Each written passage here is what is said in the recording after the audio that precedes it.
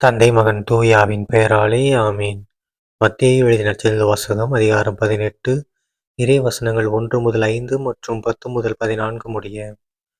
அக்காலத்தில் சீடர்கள் இயேசுவை அணுகி, விண்ணரசில் மிகப் பெரியவர் யார் என்று கேட்டார்கள். அவர் ஒரு சிறு பிள்ளையை அழைத்து அவர்கள் நடுவில் நிறுத்தி பின்வருமாறு கூறினார். நீங்கள் மனந்திரும்பி சிறு பிள்ளைகளைப் போல் ஆகாவிட்டால் விண்ணரசில் புகமாட்டீர்கள் என உறுதியாக உங்களுக்கு சொல்கிறேன். இந்த சிறு பிள்ளையைப் போல தம்மை தாழ்த்திக் கொள்பவரே விண்ணரசில் மிகப் பெரியவர். இத்தகைய சிறு பிள்ளை ஒன்றை என் பெயரால் ஏற்றுக்கொள்பவர் எவரும் என்னையே ஏற்றுக்கொள்கிறார். இச்சிறியோருள் ஒருவரையும் நீங்கள் இழிவாக கருத வேண்டாம், கவனமாயிருங்கள்.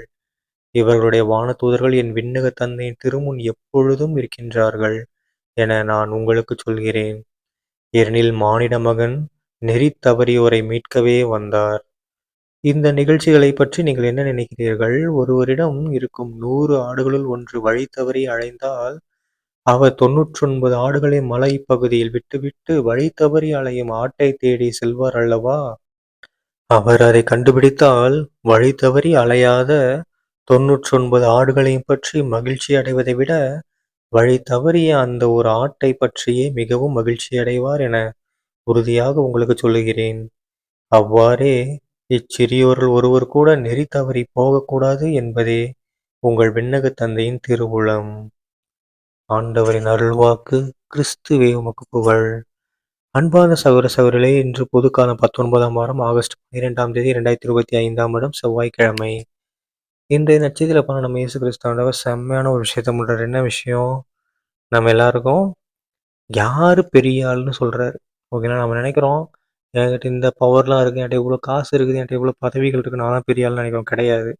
நீ இந்த பூமியில வேணா பெரிய ஆளா இருக்கலாம். ஆனா விண்ணரசு, ஓகேங்களா? இந்த பூமியில வாழக்கூடிய ஒரு 70 வருஷம், 80, 90, 100 வருஷம் அதிகபட்சம் வாழ்வோமா? ஸோ அந்த வருஷம் வேணா நீ பெரிய ஆளா இருக்கலாமே தவிர, விண்ணகத்துக்குள்ள நுழையும்போது நீ பெரிய ஆளா இருக்கணும்னா என்ன பண்ணணும்?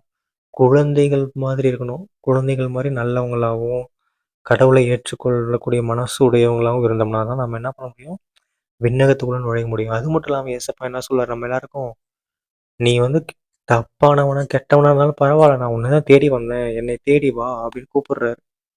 ஏன்னா நீ வந்து என்னை இவ்வளோ கெட்டவனா இருக்க நீ என்னை தேடி வந்தீன்னா, கண்டிப்பா நான் சந்தோஷப்படுவேன். ஏன்னா நீ நல்லவனா மாறுற. ஸோ நாமளும் நல்லவர்களாக மாறுவோம். சரிங்களா? தந்தை மகன் தூயாவின் பெயராலே ஆமீன். இயேசுவுக்கு புகழ். இயேசுவுக்கு நன்றி. மரியே வாழ்க. இயேசுவின் ரத்தம் ஜெயம். அல்லேலூயா. Praise the Lord.